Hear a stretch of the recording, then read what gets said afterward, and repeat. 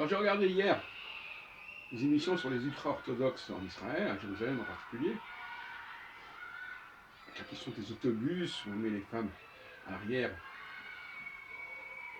Eh bien, au risque de choquer certaines personnes, je pense que c'est là un des messages principaux du judaïsme, qui aura été repris d'ailleurs par l'islam.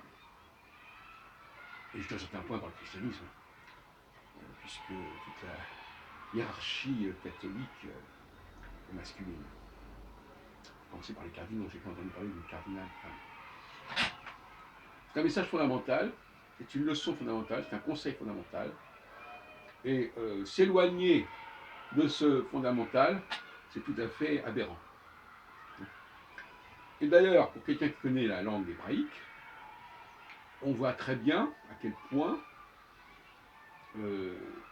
quand on parle l'hébreu, on ne perd jamais conscience du sexe de son interlocuteur. On dit, à la différence du français, on ne dit pas, on ne s'adresse pas à un homme comme à une femme. Il y a aussi bien d'ailleurs au masculin, au singulier qu'au pluriel. Comme le film qui vient de sortir hier, israélien, Isha Ovedet, Working Woman, Ovedet, c'est la forme féminine. Un homme, c'est Ish Oved. Voilà. Eh bien, bon, bien sûr, on peut trouver aussi en français quelques formes de ce genre, mais notamment au niveau des adjectifs. Mais au niveau du verbe, on ne s'adresse pas différemment à une femme. Si je dis à une femme, tu manges, ou si je dis à un homme, tu manges. Eh bien, en hébreu, c'est différent. Comme tu travailles, c'est pas la même chose quand on s'adresse à un homme ou une femme. Et en français, c'est le pronom personnel qui est important. On va dire il dit, elle dit, mais le dit, le verbe dit lui-même est identique au masculin, au féminin, alors qu'en hébreu, il ne l'est pas.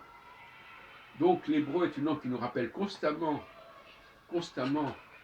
la différence des sexes.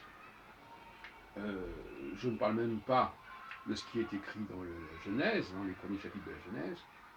Et par conséquent, qu'un féminisme veuille s'emparer du judaïsme pour lui faire dire ce qu'il ne dit pas, ou pour trahir son message principal, c'est inacceptable. Parce que finalement, quels sont les messages du judaïsme en fait? Les 10 commandements. Il ne faut pas être spécialement juif pour respecter les 10 commandements. Tu ne tueras point, tu ne voleras point, etc. Donc, ça n'est pas proprement juif. Or, moi, ce qui m'intéresse, c'est ce qui est proprement juif. Et un des fondamentaux du judaïsme, c'est la différence entre les hommes et les femmes. Et ça me paraît beaucoup plus important que le décalogue. D'ailleurs, dans le décalogue, il est bien dit, tu ne convaincras pas la femme de ton voisin, donc ça ne s'adresse pas à des femmes le décalogue. Le Shabbat aussi, tu feras respecter le Shabbat, aussi, y compris par ta femme, ça montre bien que ça ne s'adresse pas aux femmes. Et d'ailleurs, comme tout à l'heure, le décalogue s'écrit au masculin et pas au féminin. Parce que si on devait écrire au féminin, ben les verbes seraient différemment conjugués. Alors, je rappelle aussi la question de la circoncision, la question de la bar mitzvah, tout ça c'est des éléments masculins. Et croire qu'on va ressourcer le judaïsme en le mettant au parfum, en mettant à jour de la modernité, c'est quelque chose que je combats totalement, absolument totalement. C'est pas du tout une solution, c'est une solution de facilité, qu'on retrouve dans bien des cas. Beaucoup de traditions ont voulu se moderniser en adoptant des idéologies modernes.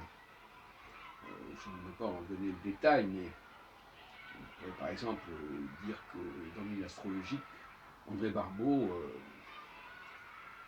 dans les années 60, avait pris parti pour le communisme, pour la victoire de l'URSS sur les États-Unis, parce que c'était dans l'air du temps, à l'époque du Spoutnik, de croire que l'URSS allait gagner la bataille contre les États-Unis, ce qui ne s'est pas du tout confirmé.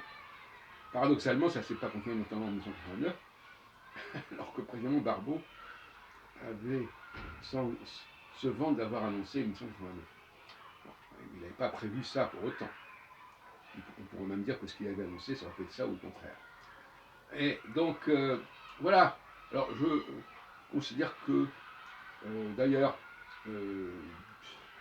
quand on mélange les hommes et les femmes dans une réunion, et notamment même dans une synagogue, parce qu'il y a des synagogues maintenant qui le font, notamment les libéraux, eh bien, ça donne des problèmes, ça crée des problèmes. Oui. Et je peux en témoigner personnellement, il y a eu des problèmes à ce sujet, du fait de la promiscuité entre hommes et femmes dans les réunions synagogales.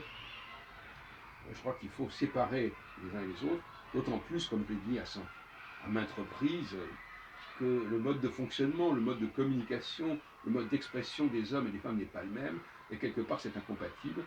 Elles ne fonctionnent pas de la même manière. Les femmes ont un besoin de communiquer, de penser à l'extérieur d'elles-mêmes, qui fait qu'elles sont constamment en train de bavarder entre elles.